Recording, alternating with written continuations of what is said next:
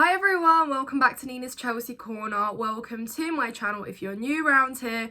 Hope you're all doing well and have had a good weekend.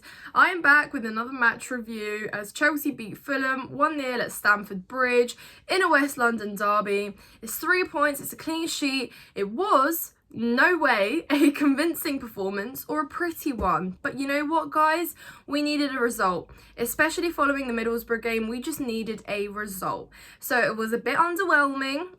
It kind of felt like there was a mutual sort of meh among Chelsea fans yesterday, but again, we just needed that, and it was good to actually move up as opposed to being 10th in a stationary position in the league too.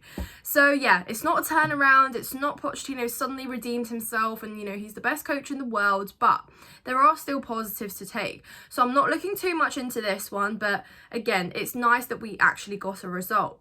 So I was there, it was 12:30 kickoff, Anthony Taylor reffing the game. And I thought, well, what could possibly go wrong today? But it was nice to see that we survived. And survival is probably the word I'd use, because we switched on survival mode in those last 15 minutes because, yeah, it was just, we were at each other's throats. Anthony Taylor was giving them free kick after free kick until they could basically level the scoreline. But thankfully that didn't happen. And yeah, but before I get into the game, if you haven't done so, subscribe to my channel, like this video, and as always, let me know your thoughts as I go through mine. So the way we set up was obviously not too different from our previous game. Obviously Sterling I knew would start because Pochettino just will start him. Cole Palmer and obviously Breuer, because it just made no sense that Breuer was benched after Preston. You know, there was no reason to make that experiment. So Pochettino really could have saved some trouble if he'd started Breuer against Middlesbrough too. But yeah, unfortunately that wasn't the case. Hopefully he'll learn. I mean, Breuer obviously needs to build on some minutes, but I think we'll all agree that he was a bit disappointing. You know, decision making on the ball, a bit too slow, too much faffing around with it in his feet as well when you're in the penalty area. It should be first time finish at most times, you know. He doesn't strike me as the player that's got a first time finish kind of instinct, and that might be a problem moving forwards because you won't get given the time to have this time on the ball. You know, like too much thinking, you're not going to get given it. You know, Fulham were very aggressive. They pressed us for a lot of that game. They've got a lot of speed in their team as well, so they can be quicker in transition, and that could invite a problem. So it wasn't his greatest game. I did sort of make the excuse that maybe he's just having a hard time coming back from an ACL, which we know can damage players mentally and physically, but we'll see, because now he's the only out and out number 9 we have moving forward, so he's going to have to step up and fans are going to have expectations naturally for him.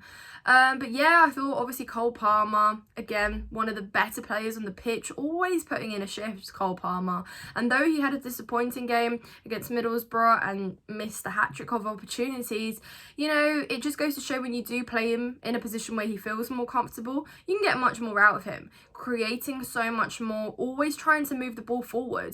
You know, one thing we did in the first half was just play it stationary, play it safe. We'd receive the ball and then we'd think, what are we doing next? Oh, I'll just pass it back. Yeah, defensive line, let's go. Oh, Petrovic, yeah, there you go, have the ball. And it's that sort of mindset, and it's those sort of ways of playing football that make me sceptical of what tactics Pochettino is setting out on the pitch. Because when we've got the ball in that final third, we tend to do too much. You know, it's too much back and forth. By that time, you've invited all of Fulham's defence. And then what? We're trying to break down their low block when they are all in the box. And it's moments like that where if it's vice versa and Fulham are, you know, hitting us on transition, it's only about 1-2 passes before someone gets a shot off. That is how we need to be. That's what needs to improve. But time and time again, we're treating the ball like a hot potato. You have it. And that's just not going to get you anywhere. So big things to work on and big question marks. I thought Conor Gallagher, another player that played it safe yesterday. I mean, Pochettino was basically going in on him when he made that pass back. And it's like, these are the moments where we're trying to break through and you should be creating something as opposed to you know, cutting it and stopping it there. So yeah, it was very slow in the first half, not much happening. I was basically yawning up against the up until the penalty. It seemed that every player was hiding behind a Fulham player, not providing an option for anyone really. Like, what runs were we making? What were we doing? And anytime Sterling really received the ball either, like, yeah, maybe he got a few crosses off, but he also got pushed off the ball very easily. So yeah, it was frustrating. But then, I mean, one thing Sterling will do well for you is win you a penalty. So at least that. And then Cole Palmer, you know, cool as you like it, from the penalty spot, he converts. Jorginho, we have replaced you, respectfully. Thank you so much, but it's good to have another penalty taker that you know and can trust that when you've got a penalty, particularly if you're 0-0, trying to break the deadlock, will put it away for you when it matters. So really pleased for him. I'm so happy for Cole Palmer, because what a start to life at Chelsea he has had. So definitely one to look out for, and he's got the potential to become, yeah, one hell of a player, because he's still young, still got so much to do. But anyways, yeah, so 1-0, it was very needed. Otherwise, I dread to think what the atmosphere would have been like at half time. I mean, yeah, probably would have got booed, to be honest. That's just how everyone felt. And don't get me wrong, guys, at half 12, it's never going to be a crazy atmosphere. It's never going to be wild and everyone cheering and loud as you like it. But there were a few people in that stadium that did make the fans go crazy. Number one, it was Willian, because of course he's going to get the reception every time he comes back to Stamford Bridge. You know, Matthew Harding went crazy when Willian was at the corner flag at one point. Number two, it's obviously going to be Thiago Silva, because we love the man and he will always get a good reaction. We'll always hail his name. Some really good clearances from him. You know what you're getting with Thiago Silva. And number three, who else but Anthony Taylor? Because like I said, some of the decisions he was making just looked like he has it in for us. So yeah, a lot of words sung to his name, which I'm not going to repeat here, but if you know, you know. So there you go, like that is that's a collective handful of players that will get you a reaction at half 12 against Fulham on a Saturday. Well, Ben Chilwell too, actually, I could add into that mix, because when he came on, the fans obviously sung his song. I also posted a short of that if you want to see it on my channel. But yeah, look, it was still an atmosphere, I'd say. It was still an atmosphere, and obviously it's what you want from a West London derby. You know, some people don't look into this as much of a derby because of how dominant we've been, but still, you know, they've been doing very well this season. They've beaten the likes of Arsenal. They had a good game against Liverpool as well in the Cup on Wednesday, so they're not to be underestimated. They've played some good football. But yeah, so the second half, things livened up a little bit. They looked better. I thought Levi Colwill grew into the game big time. He was very impressive. Some of the passes he played forward as well were brilliant, very pinpointed, and yeah, I'm just really happy for him, and I hope that he can only build on that too. Who else? Obviously, yeah, Ben Chilwell came on for Raheem Sterling. Great reception. It's nice to have him back. I thought, yeah, the first corner he took, it's like, yes, we have missed your corners, because half the time we can't beat our first man, but, you know, Ben Chilwell is great at that.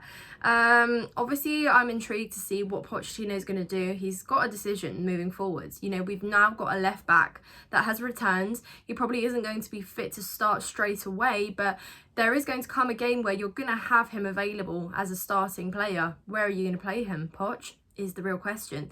Let me know what you guys think in the comments down below, because if Ben Chilwell is going to be a left winger for us, I think we're going to have some real questions for Pochettino, aren't we?